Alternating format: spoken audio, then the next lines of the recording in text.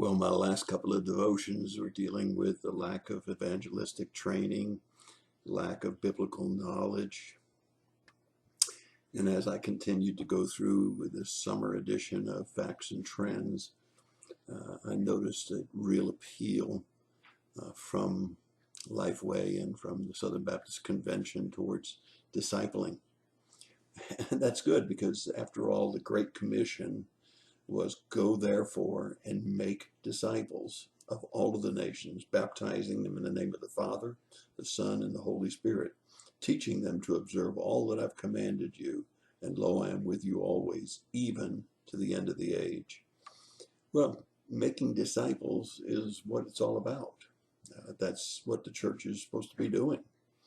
And yet we have done away with church training. That was an hour before the evening worship.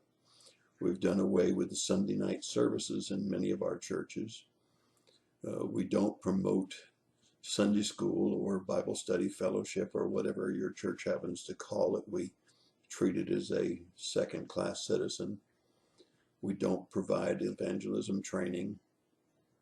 We do supply some small groups and some special studies, but they're only attended by and involving about 10 or 15% of the members of the church.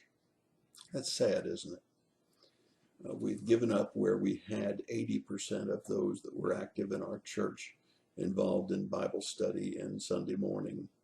About 50% were involved in church training on Sunday night, and Sunday night services usually ran 50% of the Sunday morning attendance. But all of these things are drying up.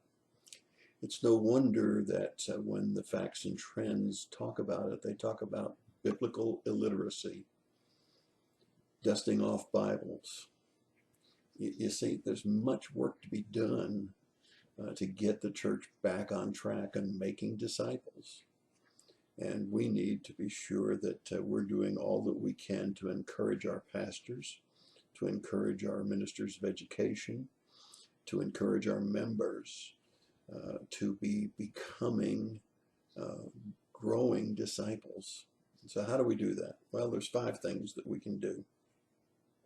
First of all, we can encourage personal daily Bible reading. We can preach about it, we can teach about it, we can use illustrations, but most of all, we can encourage. We can actually have some accountability programs that encourage members to spend some time in daily Bible reading. Secondly, we can go back to new members classes. That is, anyone that comes into the church can come through a program of 6 to 13 weeks where the basics of our faith are taught. And we're sure that those that are entering into the church fellowship understand those basics, allowing any existing members to go back through the basics of the faith. Do it at a convenient time. Do it in parallel with Sunday school if necessary, but do it. Provide a convenient time for all training programs. We live in a fast-changing world. Wednesday nights, Sunday mornings are all being competed with by the world, and we need to find convenient times to encourage our people to be involved in discipleship training. Number 4, we need to be sure that we restart a discipleship training program for the entire church, not just small groups. A specific time that's convenient for all of the members when they can get some basic training. And 5, and most important of all, because this is something that can be started immediately, and that is that our preachers need to be teacher preachers, teaching basic doctrine, teaching the golden value of reading the scriptures and understanding the scriptures. Not one verse is a pretext for a message, but rather expository preaching, teaching and digging out the nuggets of gold that are existing in the scriptures.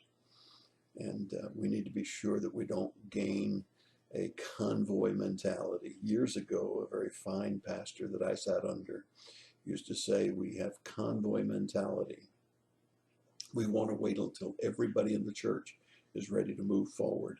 And he said, that's a terrible mistake because the whole church will never be ready to all move forward at the same time.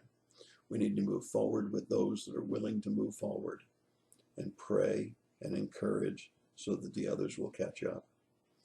So there are 5 things that we can do to get discipleship training back into the church, and to be sure that we're making disciples as Jesus commanded us in Matthew 28:19 and 20.